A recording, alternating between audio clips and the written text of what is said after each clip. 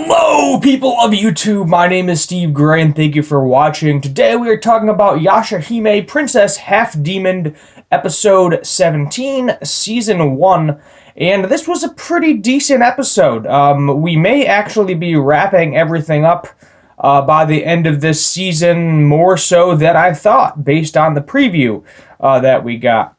So, Riku, who is the pirate that we have seen before, he apparently has access to several different pearls because he has one himself. He gave one to Kontan at one point in time, and he also gave one to the corpse dealer at one point in time too, that the corpse dealer is returning to him, and he mentions to Mora that, hey, let's go find the 2 of the 4 perils. That'll bring out Kirinmaru, who is like the head boss of them, the demon leader, and that has some connection to, possibly has some connection to the Dream Butterfly too. Kirinmaru might. The mountain that Toa was looking for, and that supposedly houses the Dream Butterfly, no one has ever heard of it. So that is also a slight concern. That no one really knows where this mountain is, and this all leads into Riku's plan or trap for Toa and Setsuna, maybe Mora too, because the plan is ultimately to get the pearls back from Toa and Setsuna. That's Sesshomaru gave to both of his daughters. Possibly might want Mora's pearl as well, because that one was also stolen from one of the 4 perils. So it is a possibility. But basically, Riku gets the 2 of the 4 that are left. So Kontan and Totetsu working together. Totetsu just goes to a random monk place. He doesn't even want to eat this monk. It doesn't look tasty, but it's all part of the plan. He draws Mora away, and they basically trap them into this spell field, where it's like basically it is a giant circle. So, imagine giant circle, you got a pie, and he can twist the pie into multiple different sections, screwing up where they were. Lucky for Setsuna and Toa, they have very good smelling abilities, so Setsuna initially thinks, oh, hey, it's just some sort of illusion. If I cause myself pain, it'll get out of it. But no, that is not the case. And then Toa is like, all right, stay right there. I'm going to go straight back to see how far we're actually going, and then we realize that Kontan is actually manipulating the ground itself, turning it, clockwise, counterclockwise, all these different directions.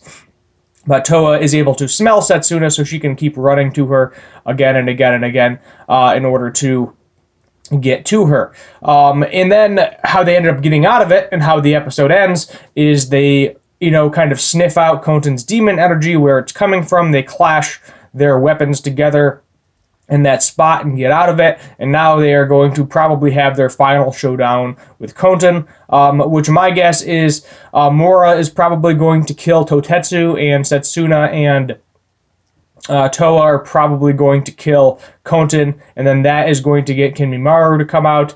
Sesshomaru also comes out next episode, as well as we saw in the preview, so that's going to be interesting to see how that plays out. Maybe he'll be nice. Maybe he'll just be like, hey, give me my 2 pearls back. I won't kill you, because who knows how powerful this demon really is. I mean, Kontan and Totetsu both seem really strong, but at the same time, they always end up running away. They're clearly not strong enough to beat the 3 girls if they team up together, which is why I think they separated them in the first place.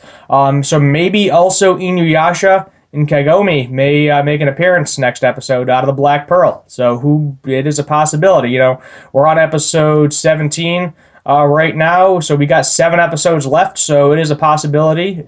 I'm guessing that based on this episode, we're probably going to wrap everything up on a nice, neat little bow for the end of the season.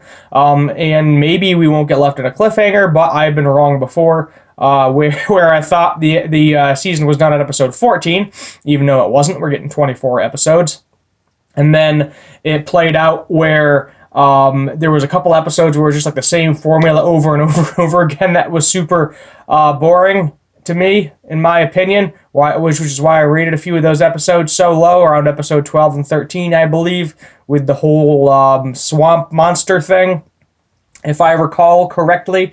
But let's get back into the episode and not my annoyance. Good episode overall. I would rate this one a solid 7 out of 10. Not a whole lot of action, but a decent build up to what's going to happen in the foreseeable future. We don't really know what the deal is with Riku. Like, what his end goal. We know he wants a Rainbow Pearl. But we don't know. He said he's not fully doing this for a Rainbow Pearl, so maybe he's just interested in seeing all of these powerful demons fight it out and seeing who's going to win in the end. I could see that possibly happening as well, but who knows? We don't know what we don't know what his real endgame is, and that's kind of confusing. He's just kind of there, and he's a troublemaker occasionally. But how does Towa not have a sword, like a usable real sword? They got money. You know, they're going to get a bunch of money from killing these two. And maybe Sesshomaru will be like, hey, here's a gift for both of you. You know, here's a new weapon for each of you when he comes out next episode in episode 18. But who knows? But she needs a sword. Like, she's just been running with a broken sword. I know that she has, like, the lightsaber ability. You know, some Qui-Gon Jinn, Obi-Wan Kenobi stuff going on. But she really needs to get a new weapon that's an actual sword that, you know, she can use that sheath for. It just seems like she should have got one at this point in time, where we're 17 episodes deep and she's still using a broken sword. But who knows? Whatever. I guess it doesn't really matter that much to the story, but it'd be nice to see her get a real sword and see what she can actually do with it. As opposed to continuously using the old fake one. So we'll just have to wait and see what happens there. But Koten's plan blows up in his face. Riku is standing outside of the barrier that Koten set up with the help of Totetsu. And he's just kind of waiting outside to see who's actually going to win this fight. I think he ultimately wins either way, because he appears like he is helping Kirin and Muru, but in reality, maybe he is trying to help Towa and Setsuna and Mora, you know, get the bounty, kill the 4 perils, get to the Dream Butterfly, you know, give Mora her freedom, give, Setsuna her dreams back. And who knows? They were talking about the Tree of Ages, too, that it hasn't made an appearance. And Towa was also saying that, hey, maybe it's just not making an appearance because in reality, we said we weren't going to do it, but now we're getting tricked into doing it because they need to go after the 4 perils, obviously, for the bounty. And now they have to get to the head boss in order to try to figure out the Dream Butterfly situation to get Setsuna her memories back. And it's a possibility, you know, this may be it. This may be a one-season go-around. It does seem, from what I've heard, both ends, and it's a love-hate relationship. For me, I can definitely see that. Some episodes I really like this is one of the episodes I definitely favor, but there's a few episodes that I really, really hated because I was getting bored with the same formula they were doing over and over and over again, multiple times. And it's like Japan, it seems like it's really popular. US doesn't seem like it's as popular.